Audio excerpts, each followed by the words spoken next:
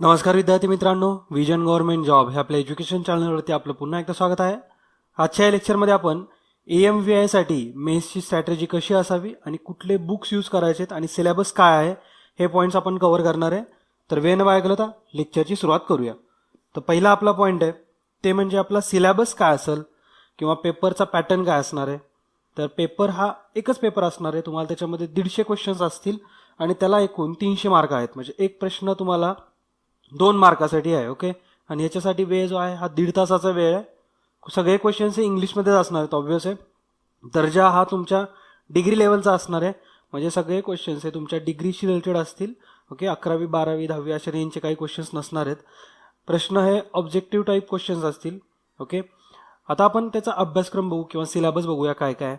तर ॲक्च्युली पेपरला 2 सेक्शनमध्ये डिवाइड केलेलं आहे. सेक्शन ए, सेक्शन बी आणि एक सेक्शन सी पण आहे. म्हणजे बी आणि सी सेक्शन हे मेकॅनिकल आणि ऑटोमोबाईल हे वेगवेगळे आहेत. मेकॅनिकलसाठी बी सेक्शन असेल, ऑटोमोबाईलवाल्यांसाठी सी सेक्शन. ओके. मात्र सेक्शन ए हा कंपल्सरी आहे दोघांसाठी. तर सेक्शन ए मध्ये मेकॅनिकल आणि ऑटोमोबाईल इंजिनिअरिंगशी रिलेटेड असे 120 क्वेश्चन्स असतील आणि 240 मार्क. ओके. म्हणजे प्रत्येक प्रश्न इथं 2 मार्काला आहे. स्ट्रेंथ ऑफ मटेरियल पहिला टॉपिक आहे. त्याच्यामध्ये आहे तुम्हाला stress and strain, then strain energy, then shearing force, bending movement, movement of inertia, principal planes and stresses, अशा प्रकारचा पूर्ण सिलेबस जो तुमचा सॉममधले जे इम्पॉर्टंट टॉपिक आहेत ते सगळे आहेत त्याच्यामध्ये. Direct and bending stresses, कॉलमन, torsion, हे सगळा पोर्शन तुम्हाला सॉममध्ये बघायला भेटेल. ओके.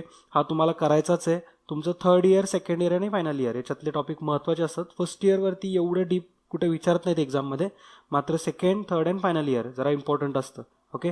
आणि 2nd इयरमध्ये पण 2nd सेमिस्टरपासून इम्पॉर्टंट टॉपिक सुरू होतात. Okay.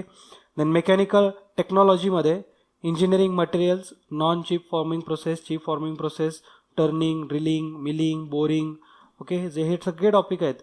Then gear production as well as NC, CNC, non conventional machining methods.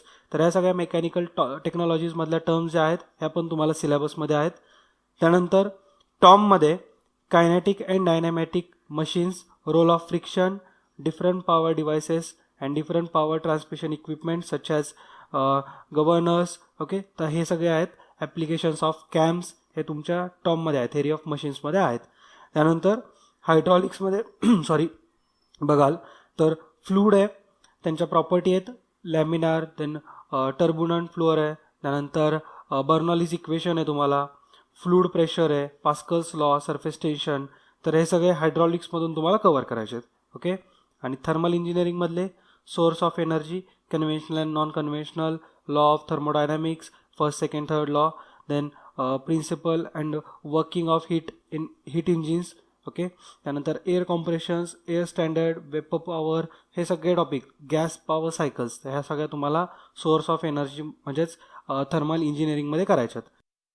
Automobile इंजिनिअरिंगमधले किंवा ऑटोमोबाईल इंजिन्समधले सुद्धा पोर्शन तुम्हाला मेकॅनिकलवाल्यांना सुद्धा आहे. म्हणजे जे सेक्शन ए आहे कंबाईन त्याच्यामध्ये ऑटोमोबाईल्स इंजिन्स हा पार्ट आहेच. तर याच्यामध्ये काय काय करायचं आहे तर थेअरी करायची आहे, वर्किंग करायचं आहे आणि कन्स्ट्रक्शनल फीचर्स करायचे आहेत CI आणि SI इंजिनचे. ओके. तर हा पोर्शन तुम्हाला करायचाच आहे. इंजिन्स बघायचे आहेत व्यवस्थित. त्यानंतर कंबशन फेनॉमेना आणि व्हेरियस इग्निशन सिस्टमसुद्धा तुम्हाला करायचे आहेत. Fuels and lubricants, performance and testing of IC engines आणि पोल्युशन कंट्रोल. तर हा पोर्शन तुम्हाला दिलेला आहे ऑटोमोबाईल इंजिन्समध्ये. आणि इंडस्ट्रियल इलेक्ट्रॉनिक्समध्ये सुद्धा diodes, UJT, BJT, amplifiers and microprocessor हा पोर्शन सेक्शन एमध्ये जो कंपल्सरी आहे मेकॅनिकल आणि ऑटोमोबाईल्सवाल्यांसाठी तर याच्यामध्ये मेन्शन केलेला आहे. सॉरी. तर तुम्हाला हे 6 मेन टॉपिक करायचेच आहेत. त्याच्यामधले जे सब पॉईंट आहेत हे सगळे कव्हर करायचे आहेत. ओके.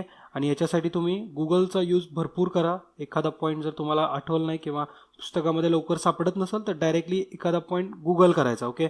पास्कल्स लॉ जर तुम्हाला डीपमध्ये पाहिजे असेल तर डायरेक्ट गुगल करा किंवा यूट्यूब करा. त्याच्यातून जे फॉरेन युनिव्हर्सिटीजचे तुम्हाला व्हिडिओज भेटतील तिथून अभ्यास करा. ओके. आणि चांगल्या पद्धतीने अभ्यास करा. असं नका करू की फक्त तुम्हाला एक्झाममध्ये ऑब्जेक्टिव्ह क्वेश्चन्स अटेम्प्ट करायचे आहेत त्या पॉईंट ऑफ व्ह्यू अभ्यास नका करू. असा अभ्यास करा जसं काय तुम्हाला परत त्याचं थेरी पेपर कुठेतरी द्यायचा आहे. ओके. अशा पद्धतीने जर अभ्यास केला तर व्यवस्थित तुम्हाला सगळे टॉपिक लक्षात राहतील. आणि ॲक्च्युली कसं आहे एवढा मोठा पोर्शन असल्यामुळं लक्षात ठेवायला थोडा ट्रिकी होईल. मग जर तुम्ही अशा पद्धतीनं म्हणजे जर थेरॉटिकली तुम्ही पूर्ण लक्षात ठेवला तर तुम्हाला ऑब्जेक्टिव्ह क्वेश्चनसुद्धा इझिली अटेम्प्ट होतात. त्याच्यामुळे चांगल्या पद्धतीने लक्षात ठेवण्याचा प्रयत्न करा. फक्त आणि फक्त एक्झाम द्यायची आहे या पॉईंट ऑफ व्ह्यूने नका बघू. तुम्हाला एक रिव्हिजन द्यायची आहे आणि याचा यूज तुम्हाला तुमच्या वर्किंग प्रोफेशनमध्ये पण करायचा आहे. अशा पद्धतीने अभ्यास करा. ओके. आणि बाकीच्या पण बऱ्याच एक्झाम्स असतात MPSCच्या इंजिनिअरिंग स्टुडंटसाठी. त्या एक्झामसाठी सुद्धा याच्यातून चांगलं प्रिपरेशन होईल आणि तुम्हाला एक चांगली अपॉर्च्युनिटीसुद्धा भेटली आहे की तुमचा AMVIसाठी मेन्सचं मे बी जर सिलेक्शन झालं तर नंतर तुम्हाला इंजिनिअरिंग एक्झाम्स असतील तर त्यावेळेस थोडे कमी एफर्ट्स द्यायला लागतील. ओके. कारण इंजिनिअरिंगचे सुद्धा भरपूर एक्झाम निघतात आणि त्याच्यासाठी पण सिलेबस जवळपास असाच असतो. तर जो इंजिनिअरिंग सिलेबस आहे हा चांगल्या पद्धतीने कव्हर करा, कारण त्याचा यूज तुम्हाला UPSC किंवा MPSC यांच्या इंजिनिअरिंग वॅकन्सीसाठी होऊ शकतो. आता हा सिलेबस झाला सेक्शन ए साठी, जो कंबाईन एक्झामसाठी आहे तुमच्या मेकॅनिकल आणि ऑटोमोबाईलला. हा कंबाईन आहे, याच्यामध्ये 120 क्वेश्चन्स असतील, 240 मार्क. आता राहिलेत 60 मार्क आणखीन, कारण पेपर आपला 300 मार्काचा आहे, 150 क्वेश्चन्स आहेत. तर आणखीन जे 30 क्वेश्चन्स आहेत हे मेकॅनिकलवाल्यांसाठी सेक्शन बी असणार आहे आणि ऑटोमोबाईलवाल्यांसाठी सेक्शन सी. ओके. आणि खाली तशी टिपसुद्धा मेन्शन केलेली आहे की मुख्य परीक्षेच्या यंत्र अभियांत्रिकी व स्वयंचलित अभियांत्रिकी या विषयांच्या प्रश्नपत्रिकेत सेक्शन ए मधील प्रश्न अनिवार्य आहेत. म्हणजे सेक्शन ए कंपल्सरी आहे आणि सेक्शन बी किंवा सेक्शन सी यांपैकी एकाच सेक्शनमधील प्रश्न उमेदवाराने सोडवायचे आहेत. म्हणजे may be A, B, C असे तिन्ही सेक्शन तुमच्या एका पेपरमध्येच असतील. सगळ्यांना एकच पेपर असेल. मेकॅनिकलवाल्यांनी सेक्शन ए आणि बी सोडवायचा आणि ऑटोमोबाईलवाल्यांनी सेक्शन ए आणि सी. ओके. आता मेकॅनिकल इंजिनिअरिंगवाल्यांसाठी काय टॉपिक आहेत तर 3 टॉपिक आहेत. Hydraulic machinery, refrigeration and air conditioner and industrial engineering. तर हे टॉपिक आहेत 3 आणि सगळे इम्पॉर्टंट फीचर्स आहेत त्याच्यामधले. त्याच्यामुळे ते तुम्हाला करायला लागतील. 30 क्वेश्चन्स आहेत. मग असं अप्रॉक्सिमेटली धरून चाला की हायड्रॉलिक्समध्ये तुम्हाला 10 क्वेश्चन्स दिसू शकतात, रेफ्रिजरेशन अँड एअर कंडिशन्सवरती 10 क्वेश्चन्स दिसू शकतात आणि इंडस्ट्रियल इंजिनिअरिंगमध्ये 10 क्वेश्चन्स. ओके. आणि ह्याच्यामध्ये तुमचे 60 मार्क कव्हर होतील. तसाच ऑटोमोबाईलवाल्यांसाठी सुद्धा 30 क्वेश्चन्स आहेत. ऑटोमोबाईल सिस्टीम्स, त्यानंतर vehicle maintenance and transport management. तर हे 3 सेक्शन आहेत ज्याच्यावरती 30 क्वेश्चन्स येतील. प्रत्येक सेक्शनमध्ये असं पकडा की 10 क्वेश्चन्स तरी येतीलच. ओके. ऑटोमोबाईल सिस्टीम्समध्ये तुम्हाला vehicle layout, transmission system, braking system, ABS, steering, suspension system, chassis frame आणि बॉडी इंजिनिअरिंग हे सगळं तुम्हाला करायचंच आहे. आणि हे सगळे आपल्याला टॉपिक झालेले आहेत. त्याच्यामुळं मेकॅनिकल आणि ऑटोमोबाईलमधले जे टॉपिक आहेत हे तुम्हाला फक्त रिवाईज करायला लागतील. ओके. ह्याच्यापासून तुम्हाला बेसिकपासून सुरुवात करण्याची गरज नाही आहे. त्याच्यामुळं रिव्हिजनसाठी म्हणाल तर बुक लिस्ट काय यूज करायची किंवा कुठले कुठले बुक आपण यूज करू शकतो रिव्हिजन पर्पजसाठी. ओके. आणि ज्यांचा जर टॉपिक एखादा वीक असेल तर तुमच्याकडे बराच वेळ आणखीन तुम्ही करू शकता. तर बुक लिस्ट कुठली यूज करायची आहे?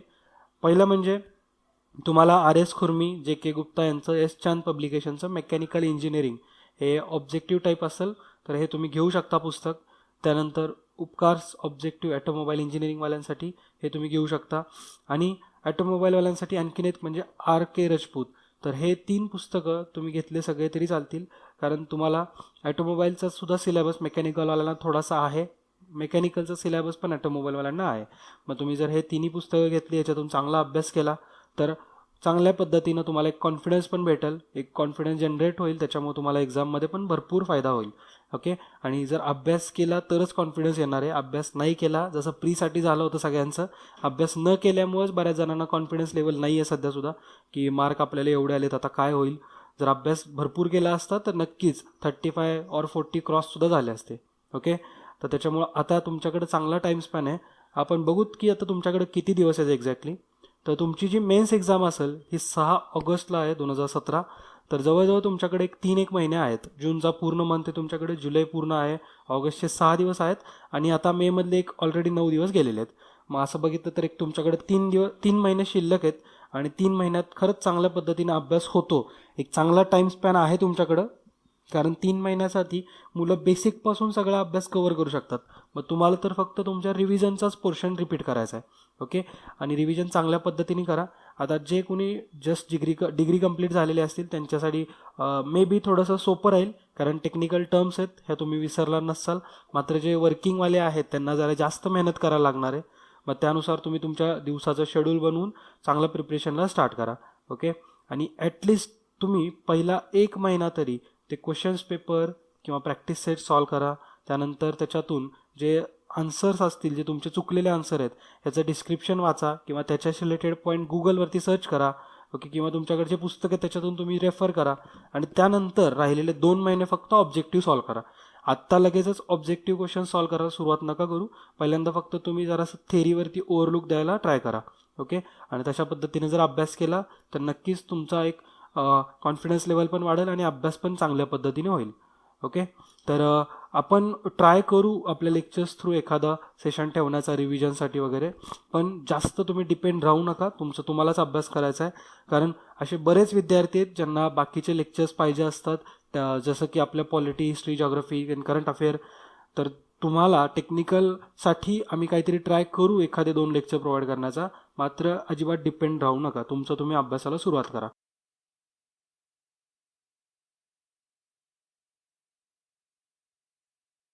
तर मित्रांनो, लेक्चर कसं वाटलं हे कमेंट करून कळवा. जर प्लॅन आवडला असेल तर त्याला फॉलो करा आणि हे लेक्चर तुमच्या मित्रांमध्ये पण शेअर करा, कारण बरेच आपले मित्र आहेत ज्यांना गायडन्स भेटत नाहीये, नेमका काय अभ्यास करायचा आहे. त्यांना प्रीमध्ये चांगले मार्क पडले असतील, पण मेन्सला काय करायचं आहे त्यांना कळत नाहीये.